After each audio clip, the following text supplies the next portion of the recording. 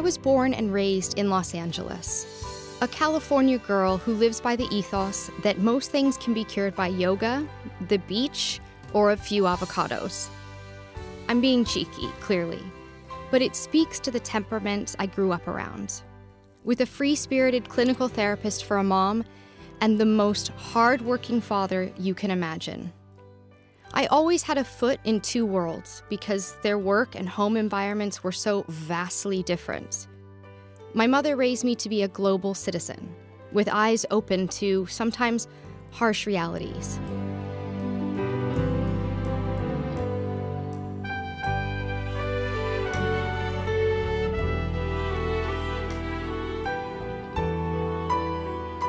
One of the problems with writing a modern-day novel is that history is moving so quickly that you can't keep up with it. I would never have predicted that someone in line to the British throne, a son of the Prince of Wales, a grandson of the Queen, would marry an American divorcee with a black mother. Prince Harry and Meghan Markle are a fairy tale story, and we love them because they are. Yeah, this is a postmodern Cinderella story, that she can go to the ball, she can have it all, the clock can chime 12 o'clock, and she can keep on dancing.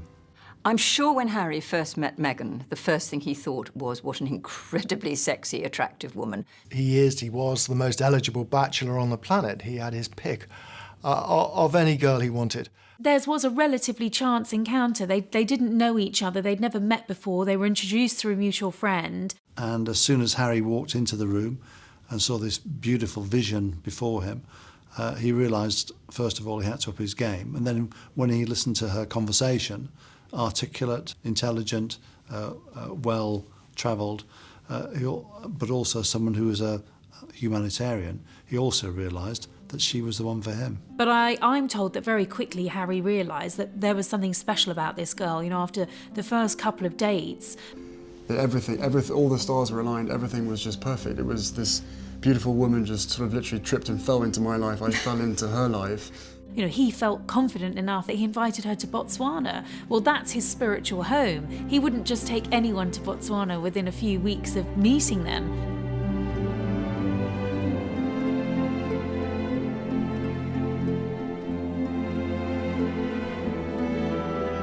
And they spent a week together sharing a tent under the stars, and I think this must have been the point where they really decided whether things were going to work out between them.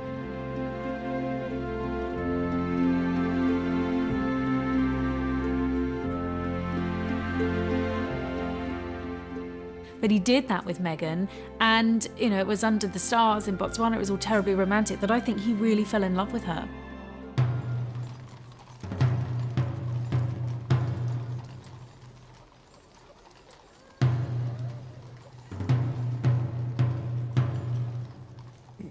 For many of us, our vision of Harry is sort of frozen on that picture of him walking behind his mother's gun carriage at her funeral, and then suddenly, the next thing we know, Harry's getting into trouble. He had a difficult teenage period. He drank too much, he partied too much. I think he was, I think you could say a lot of that was self-medication. He was the one who was falling out of nightclubs, picking fights with paparazzi photographers. He was the one who was taking his swimming trunks off in a Las Vegas suite in the most ridiculous behaviour. But those actual incidents were few and far between, and one needs really to cut him a little slack, it seems to me. Well, Harry certainly has got through his adolescence very well. There might have been some dressing up as Nazis and things like that, which went down well with the press. But he seems to have kept to his idea. We know that he has broken the rules. People like that about him. I think it makes him more relatable. He has changed and progressed from a wayward young royal to an incredibly impressive young man. I think the making of Prince Harry was without a doubt serving in the army for 10 years.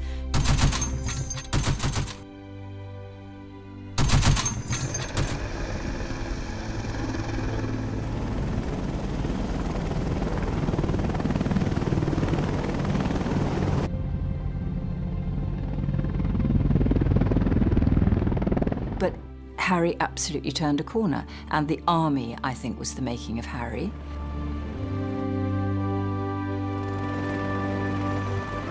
The guys who are doing the same job as us are being shot at on the ground, and I don't think there's anything wrong with us being shot at as well. And yeah, people back home will have issues with that, but we're not special. The guys out there are, simple as that. Mixing with other servicemen is always an education. They come from all sorts of different backgrounds. They certainly did in Afghanistan. And it wasn't, you know, the old stiff upper lip. And it was more real danger and sympathy for the people there, too. Soldiering was very important to Harry. He joined the army. It was a childhood dream of his to be a soldier. And he was a damn good officer from all the evidence. The making of Prince Harry was, without a doubt, serving in the army for 10 years, going to Afghanistan to serve 2 tours of duty, you know, fighting on the front line for Queen and country, and not just fighting on the front line, but coming back and doing everything he possibly could to change the lives of the servicemen and women who had fought on the front line, lost limbs, suffered post-traumatic stress disorder, came back to a life that was not the life they'd left. You know, Harry came and shone the spotlight on them, and I think the Invictus Games was the making of Prince Harry, and Afghanistan too. But I wanted to bring this inspirational event to a broader and more international audience, to increase the opportunity for others to participate, and to inspire many more who have suffered life-changing injuries, either by taking part in the Games or simply by watching it at home. So from insecure little boy who looked as though it all might go wrong, I think it's come spectacularly right. The army will always be an important part of his life because of his interest in veterans' affairs. But it is probably, until he met Meghan, the most significant development in his life so far. You feel like his journey is complete. You feel now that as he marries Meghan Markle, that sort of final piece of his jigsaw has fitted into place.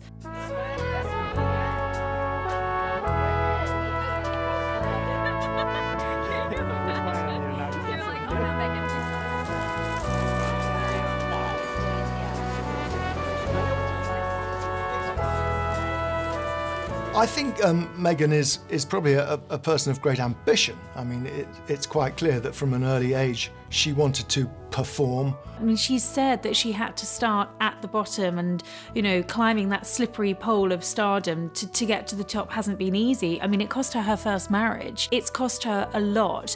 I think she was hardwired from birth to give back, to be an activist, to put herself out there.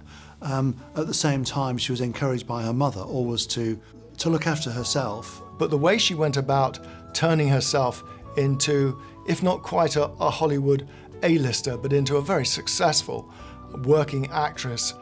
I wasn't black enough for the black roles, and I wasn't white enough for the white ones, leaving me somewhere in the middle as the ethnic chameleon who couldn't book a job. This is precisely why Suits stole my heart. It's the Goldilocks of my acting career, where finally I was just right.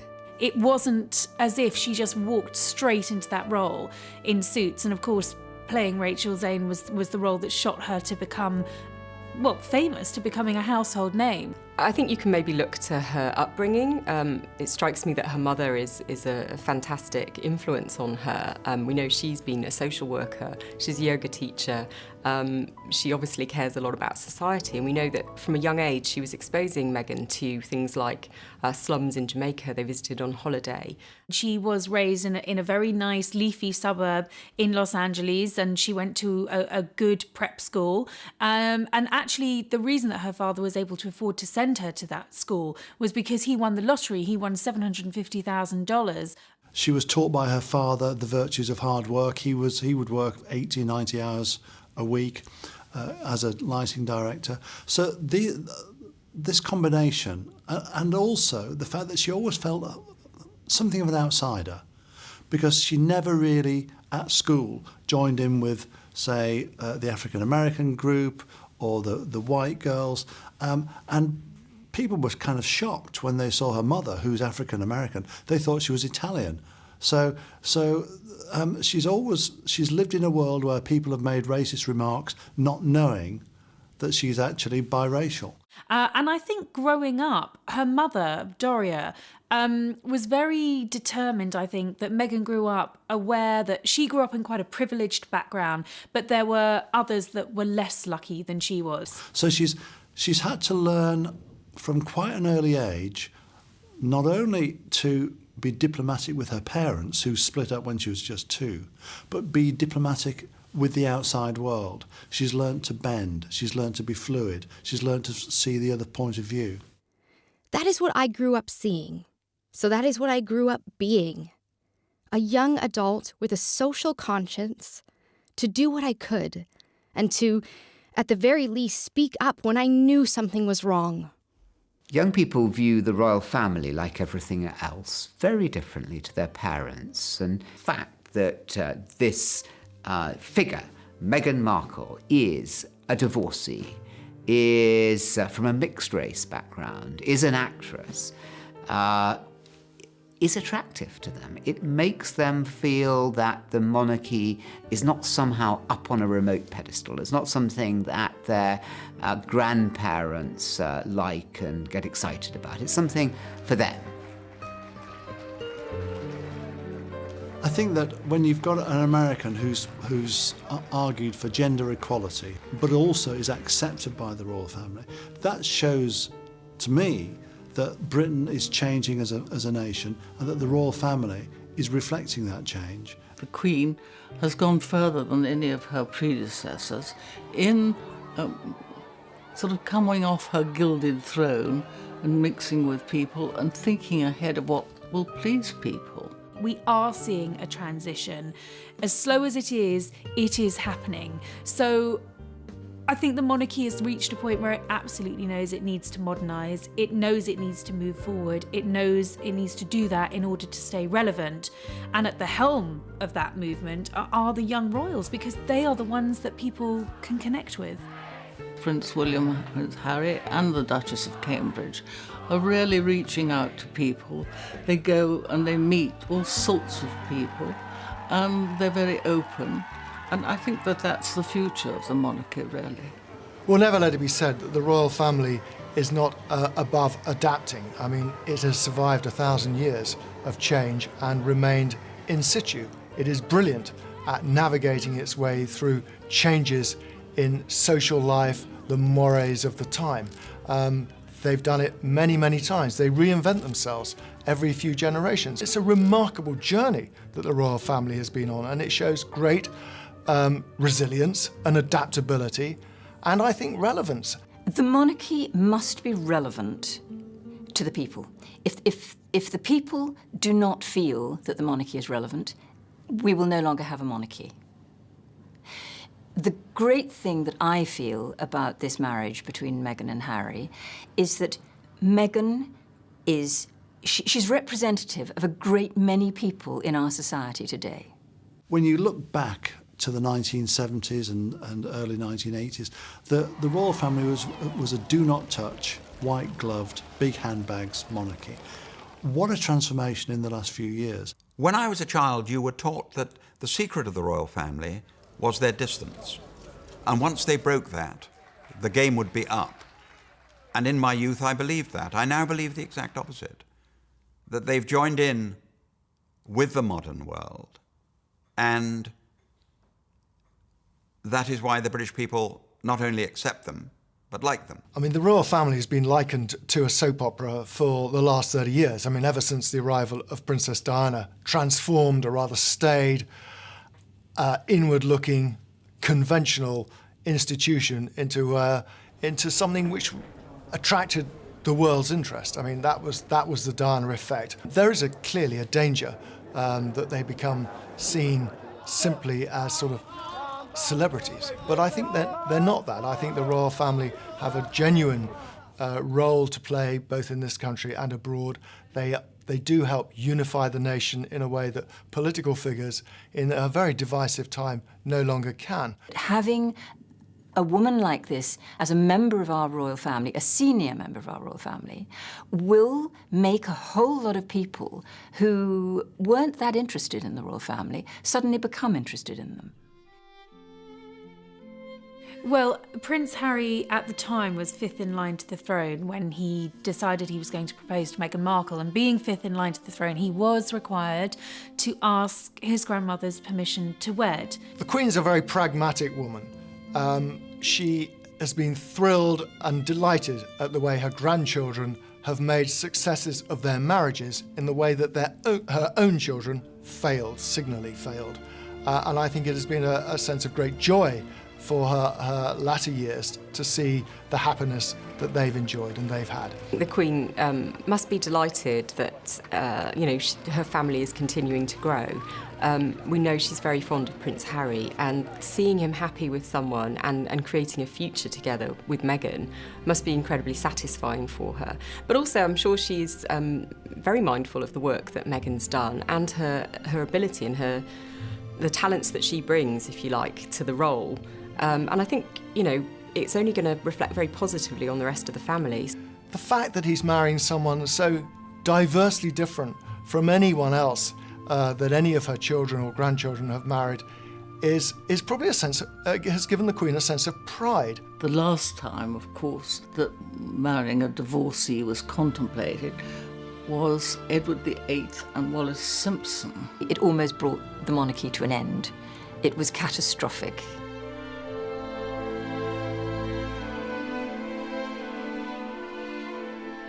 Compare it to Edward VIII, the king who abdicated his throne so that he could marry a 2 times divorced woman, Wallis Simpson, another American, and you can see the huge transition, the transformation in the monarchy, mainly in this Queen's reign.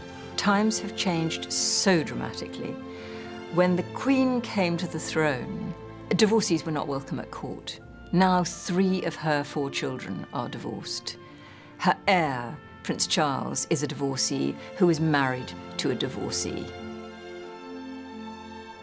A lot was made of the fact that Meghan was dual heritage. I don't think that was an issue for the Queen. And that she was an American actress. Well, if anything was going to raise eyebrows, I think it was probably that, because Meghan had clearly had quite a colourful life up until this point. She'd had 10 years in show business, but there didn't appear to be any skeletons in her closet. I think Diana would have been thrilled by Meghan. I think she would have loved her glamour. She would have liked the work she's been doing on the charitable front. But most of all, she'd have adored the fact that she makes her younger son so very, very happy. She would have seen in Meghan something of herself in the fact that she's lived to give back, that she has a sense of the wider world and helping people who have got fewer advantages than herself.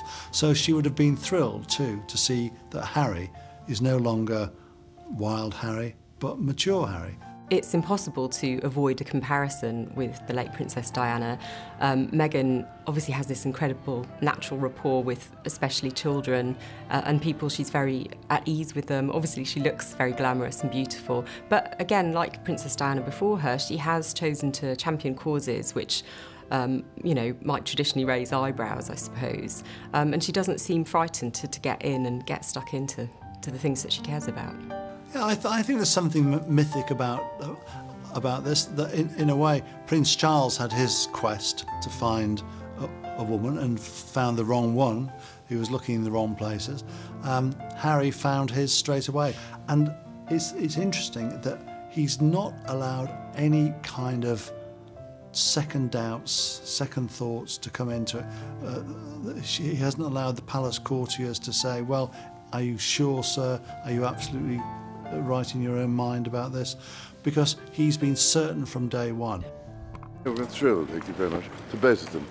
I hope they'll be very happy indeed, is all I can say. Prince Charles is very happy for Harry. In fact, I've heard that Clarence House are delighted with the match, and I think he, has done a fantastic job in bringing his sons up as a sole parent for a very long time. And for any parent, it's a wonderful moment when you know that your child has found the person they want to spend the rest of their life with.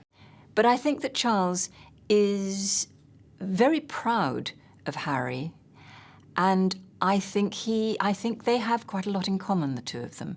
We tend to look at Harry and think, oh, he's so like his mother. Actually, he's also very like his father. And he is emotional like his father, and he's sensitive like his father. Charles will have cautioned Harry that to make sure he's making the right decision, to really be certain that this girl will understand completely, utterly, what her life is going to be like. I mean, there really can be no going back. I mean, once you marry a member of the royal family, especially someone as so high profile as Harry, then your life is set in stone for the foreseeable future. It's been a quick courtship by royal standards, but I think you have to remember that had Prince Charles married the woman he first fell in love with, he would have married Camilla Parker Bowles. So I think if anyone's going to tell Harry, marry for love, don't make the mistakes I made, it's going to be Charles.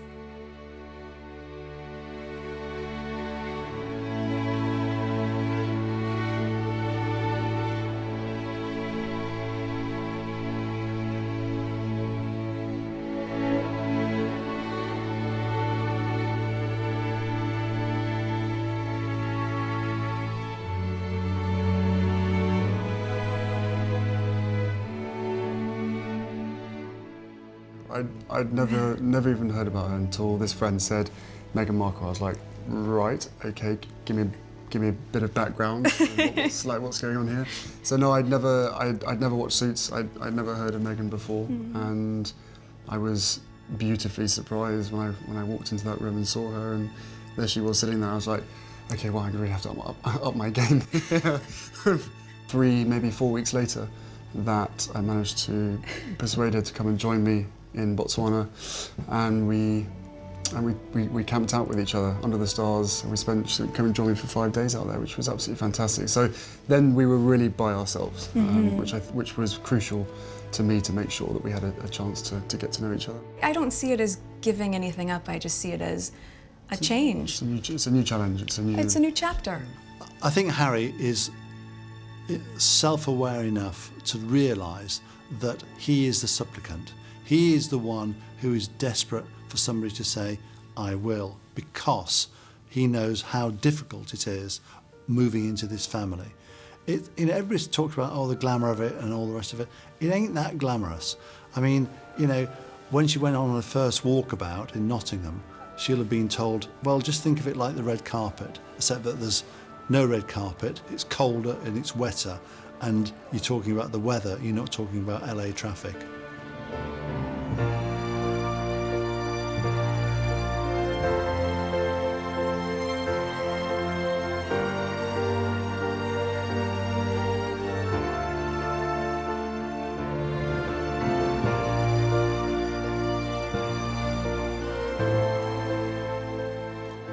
Make no mistake about it, Meghan's going to find it tough. Every new arrival into the royal family has found it tough. Obviously, most notably Diana, but also Fergie, Sophie Rhys-Jones. None of them found it particularly easy for all kinds of different reasons. She's given up her home. She's given up her career.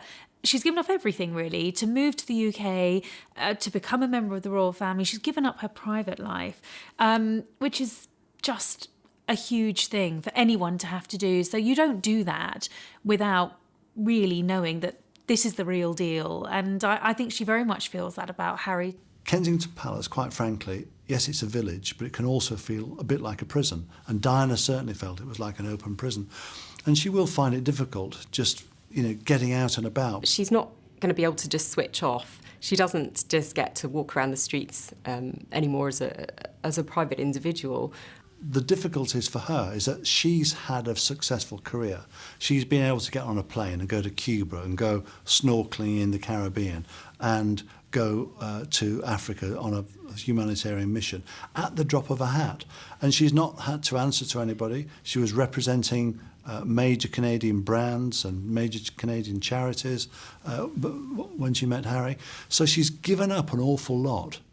Simple things like finding a decent avocado, the first thing that strikes you when you hear Meghan speak is how articulate and intelligent she is, and how, you know, at ease she is speaking publicly. And this is something that she's done for a long time, you know, way before meeting Prince Harry. We know that she has been a keen supporter of female empowerment and gender equality. When she was just 11 years old, she wrote to a US advertising company to complain that they were saying, you know, women across America are fighting greasy dishes, and she couldn't understand why it didn't refer to men as well.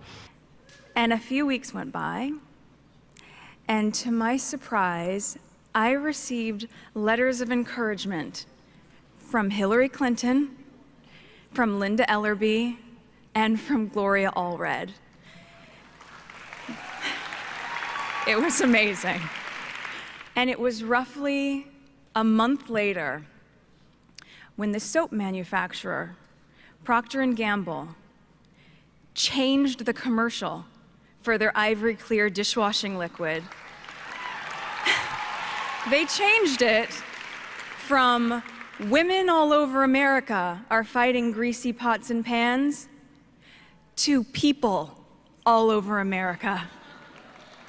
And this is something that she's followed throughout her childhood and her early adulthood. I mean, that is just very indicative of a clearly very intelligent young woman, a very driven young woman. From quite an early age, she was a girl that you could say had a moral compass.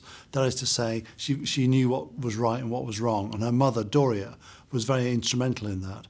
And even at schools, she would, for example, organise demonstrations against the Gulf War. She would write letters to companies complaining about their sexist advertising. So way before she became a public figure, she was an activist. And she actually went on to become an advocate for women at the UN. And I think when you see her talking about issues like this that are very close to her heart, you get a real sense of the passion and the determination she has to see change in the world.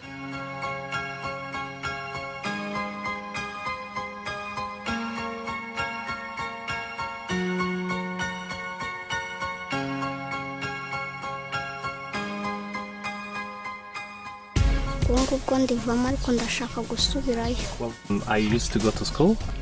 My desire is to go back, but right now I dropped out.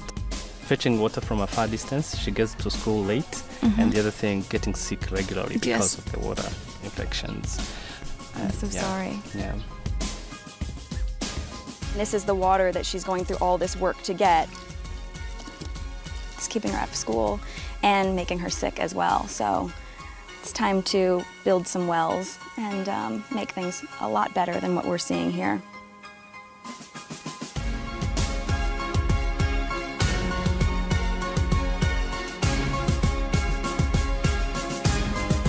It feels really cool to be a part of this part of the process. It's really hands-on and being part of this clean water being here for everyone. It feels really nice. There are 12 different water points in this community now. This one was just built last year. It gives water to 136 different households. The ease in which they're able to get water for health and wellness. These girls are able to stay in school because they aren't walking hours a day to go and get water. And this clean water source has changed the entire community. So it's really cool to see. I think it's very interesting that Meghan has chosen some quite challenging subjects to champion. She's particularly homed in on sanitation and kind of things that, you know, don't arise for your average Hollywood actress and indeed for a member of the royal family. So we've got her going out with World Vision to Rwanda and looking at the problem of lack of sanitation and how it impacts on young children who, you know, forced to walk for miles and miles. I think when it comes to charity, Prince Harry knows all about it. It started when he was a babe in arms, when he watched his mother do those remarkable things that she did as a young woman before her death. And he found in Meghan someone, I think, remarkably like Diana. Well, I do know that one of the things that bonded Meghan and Harry during those early dates was her genuine passion for philanthropy and humanitarian causes. Meghan has spent a lot of her teenage and adult years fighting for women's rights and for women all over the world. She's very committed to empowering women and young girls around the globe. Luama Stefanos is from Eritrea, and just 4 years ago, she literally ran to get her freedom with bullets flying towards her. She was a slave. She is now working on a grassroots organization to try to free people who are still slaves in Eritrea. I mean, I think this is one of those moments in life where you have that are so inspiring. She's incredibly brave and strong. She has spoken at the United Nations against the leaders in her country who are still enslaving people. So it's funny, I feel very emotional about it because it's just so humbling, and she's just so incredible. So this is Luama Stefanos. She wrote a really articulate piece in Time magazine, and in doing so, I think she's made most of us aware of something that we wouldn't otherwise be aware of, and that's what Harry loves about her. I traveled to Delhi and Mumbai with World Vision to meet girls and women directly impacted by the stigmatization of menstrual health and to learn how it hinders girls' education. 113 million adolescent girls between the ages of 12 and 14 in India alone are at risk of dropping out of school because of the stigma surrounding menstrual health. During my time in the field, many girls share that they feel embarrassed to go to school during their periods. Ill-equipped with rags instead of pads, unable to participate in sports, and without bathrooms available to care for themselves, they often opt to drop out of school entirely. Furthermore, with minimal dialogue about menstrual health hygiene, either at school or home, due to the taboo nature of the subject, many girls believe their bodies are purging evil spirits, or that they are injured once a month. This is a shame-filled reality they quietly endure. All of these factors perpetuate the cycle of poverty and stunt a young girl's dream for a more prolific future. Her work in India, promoting the need for better sanitation for women is really quite a brave move. She has highlighted the fact that young girls in India quite often drop out of school. I think it's nearly a quarter. The struggle of young women who can't get educated because they don't have access to the right sanitary products when they're menstruating. I mean, tough, gritty issues that she's taken on. And, this is not it's not your typical royal charitable topic. It's not something that people perhaps would throw into conversation. She's not doing this because she thinks it's a trendy thing to be doing that's going to curry favour and get her fans. She's doing it because she's absolutely passionate about it. So her courage with some of her charities in particular in India, where she's supporting charities and supporting ideas with women for women that would never have been discussed on the radio, television, or in a national newspaper 20 years ago.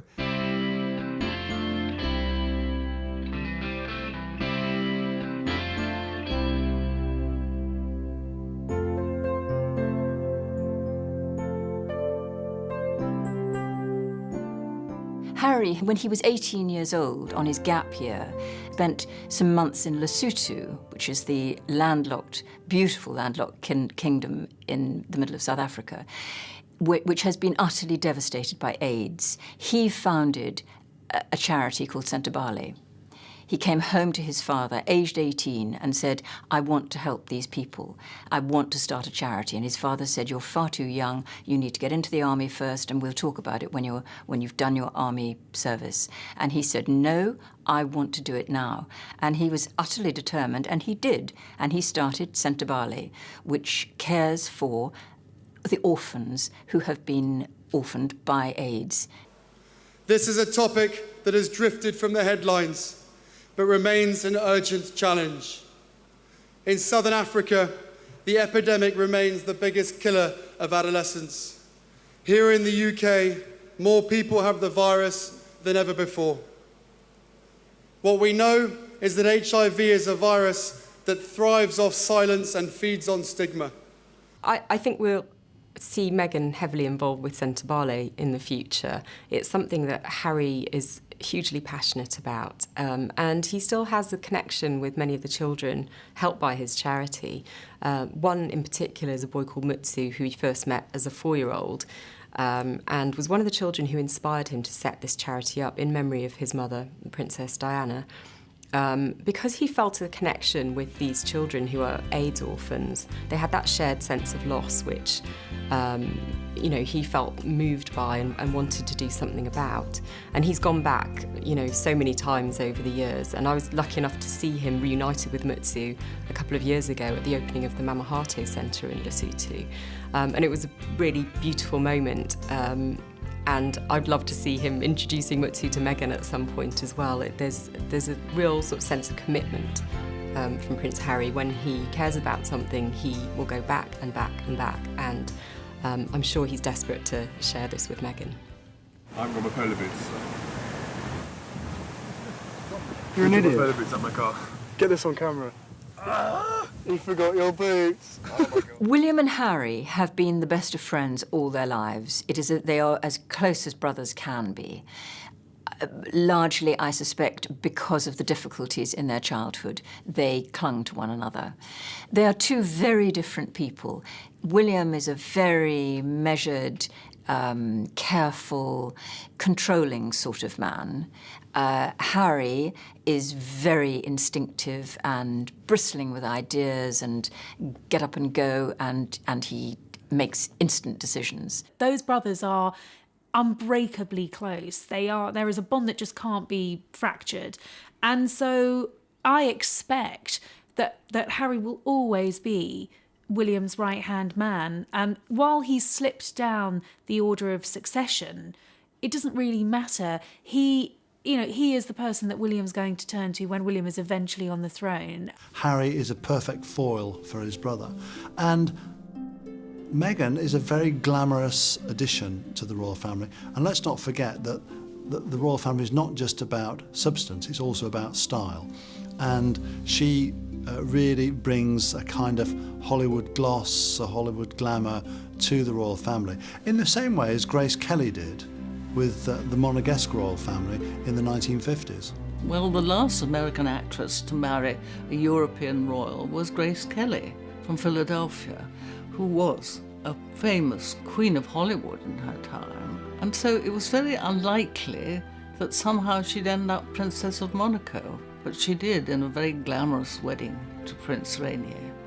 Of course, when Kate married in, she brought this stardust, that we hadn't seen since the days of Diana, into the royal family. We wanted to know who she was wearing, which designers, which shoes, who'd done her makeup, who'd done her nails. There was suddenly a whole new dimension to covering the young royals, and that was the royal trio. Well, now 3 is about to become 4. I think it's going to be very interesting to see how the Fab Four, if you like, work together in future. For a long time, Harry was almost like the third wheel to William and Kate's duo, and although they've done hugely important work together as a royal foundation, it will mean a lot to him to have someone by his side to support him in his own work, but also someone who can develop their own branch of charitable work under the Royal Foundation's umbrella.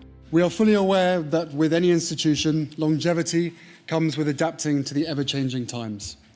For that reason, my brother and I began the Royal Foundation to bolster the work our family has long contributed to, and to add to it with a progressive approach, by listening to the people on the ground, engaging with grassroots leadership, and creating programming that is built on localized knowledge and gained trust to have the highest impact. I think what's interesting is I hear a lot of people saying, when speaking about girls' empowerment, finding and knowing their worth, or women's empowerment as well, you'll often hear people say, well, you're helping women find their voices. And I fundamentally disagree with that, because women don't need to find a voice. They have a voice, they need to feel empowered to use it, and people need to be encouraged to listen. Seeing the 4 of them operating together recently and talking about their ambitions for the future was really inspiring. And you got a sense that they really get on very well together. There was a lot of humour. When William married Kate, I think the relationship inevitably changed slightly, as sibling relationships always do when a third person comes into it. The arrival of Meghan is going to sort of continue the circle, or complete the circle, if you like, because for the last 6 or 7 years, Harry has been the third person alongside Kate and William. They've got their charities they do together, they do engagements together. I think we're going to see all 4 of them doing things together. So I think there will be a formidable person, if you like. There'll be 4 of them out there, and it will be very successful. But I do think there's a danger that Harry and Meghan could overshadow William and Kate.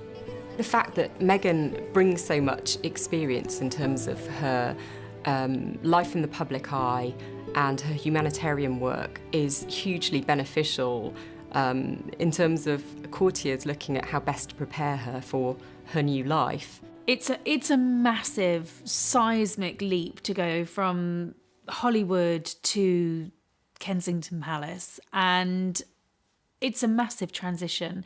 And I believe that the palace have been really very hands-on with what's been dubbed Operation Princess, which is the behind-the-scenes programme to basically help Meghan. But royal protocol, etiquette, all of those sorts of things, security issues, those are things that do need to be learned. Her life as a royal is going to be very different from her life as a Hollywood actress. Over the years, others have married into the royal family. We think of Sarah Ferguson and Diana Spencer, and they couldn't cope with it, and they found the expectation too high, too hard. Meghan is that much older, much more confident and more experienced, and I think that gives her a very good chance of making a good shot at this. Harry's last 2 big affairs, his 2 big relationships with Chelsea Davy and with Cresta Bonus, did not last the distance, quite simply because those girls didn't want the life that came with being a princess.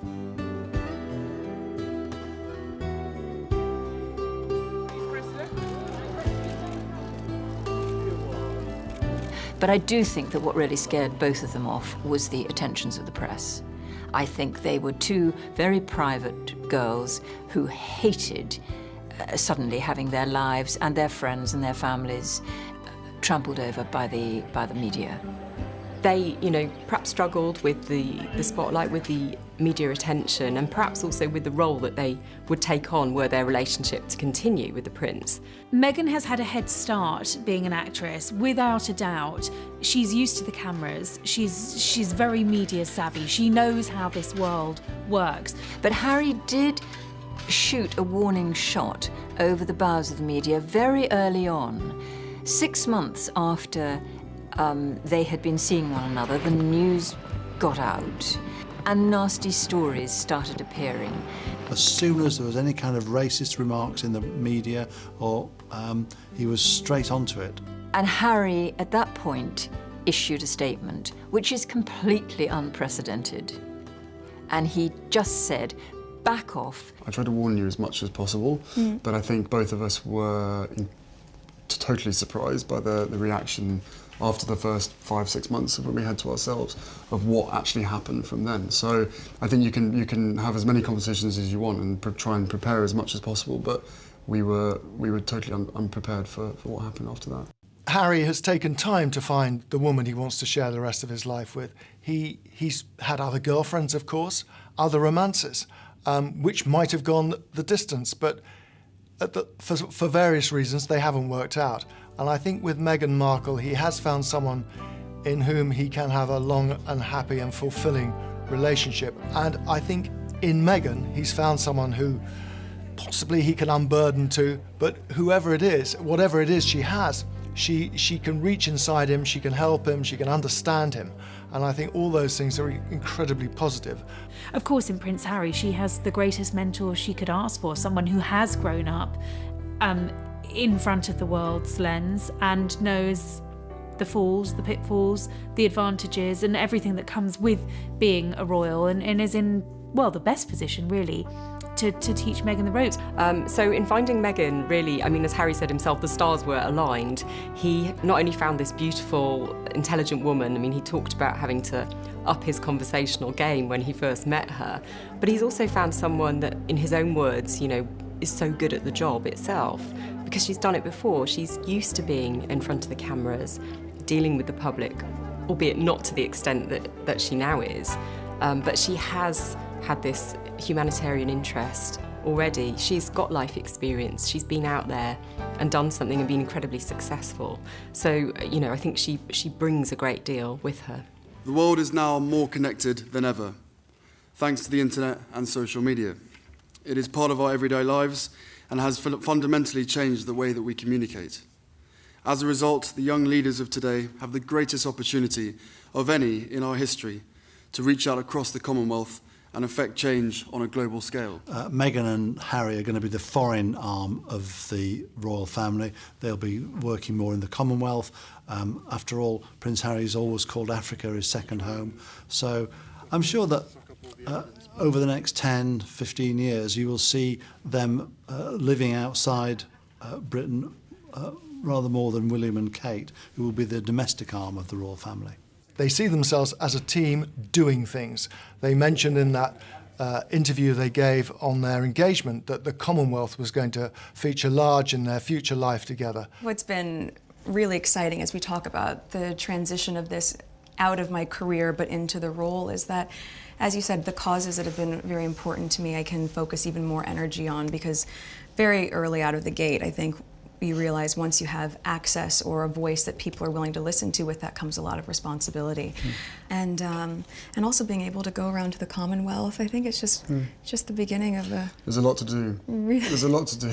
They clearly think they can do something. They can make a difference, as they say. I think Harry has proved in his own work with veterans charities and mental health, together with Meghan, they could be quite a formidable team. They are reflecting popular concerns, but they're powerfully shaping it too. And they're using the immense authority of the monarchy, which in many ways is more powerful than the power enjoyed by political leaders. He's worked on Commonwealth projects in the UK and overseas, such as the Commonwealth Young Leaders and the Queen's Commonwealth Canopy project.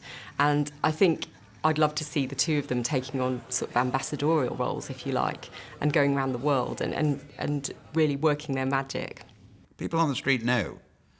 And what they know with Harry and Meghan is they seem to be two thoroughly nice people, in love, and actually want to give service. And that's been the great strength of the royal family. And they clearly want to do their charity work, want to make a difference. I think having Meghan as someone from a mixed-race background is a huge asset to the royal family.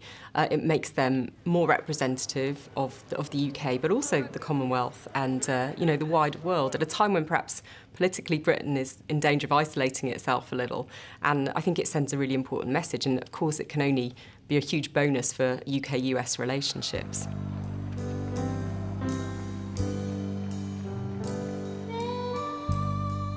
She's going to be 37 very shortly.